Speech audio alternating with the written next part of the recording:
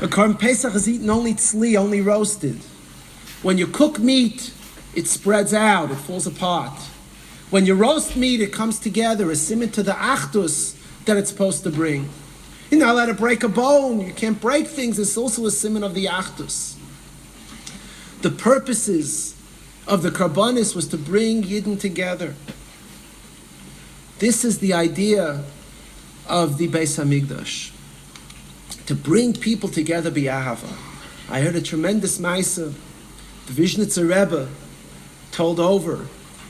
When he was a young boy, a 12-year-old boy in the ghetto in Europe, his father, the viznetz Rebbe, and the skulen Rebbe, they were both in the same ghetto, rather, together.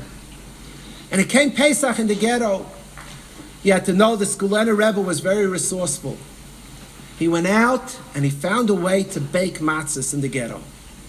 And he baked matzahs, small matzahs, 1 kazayas each. Not a brisker kazayas, they were very tight on the matzah, but just a pashita kazayas. And he announced in the ghetto that he's giving out 1 kazayas per customer. Anybody could come get 1, even though he's supposed to really eat 2 kazayasim by the berachas matzah. There's not enough. 1 kazayas, and that's it.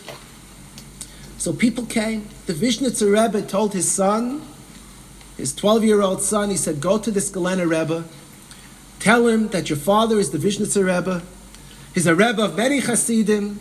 He deserves 2 kazayasim.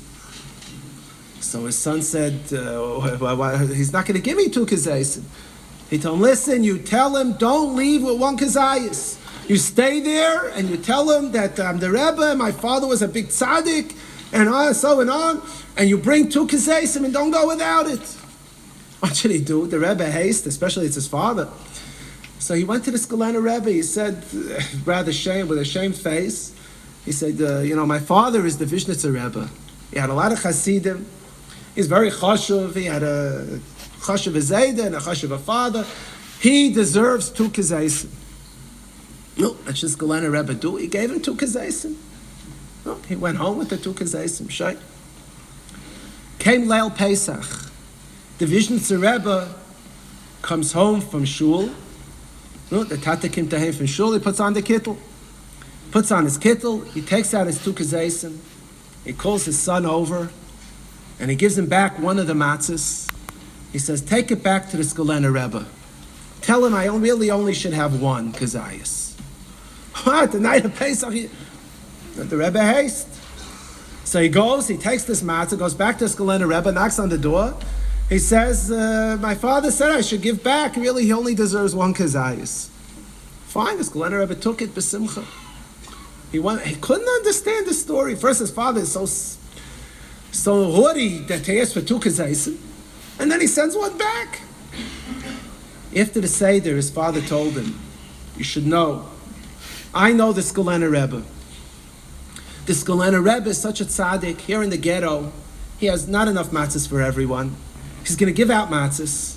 A Yid will come, he'll have 1 kazayas left, and his heart, he's not going to be able, the Yid will say, I need a matzah. He'll give away his last kazayas. He'll come the night of the Seder, he won't leave anything over for himself.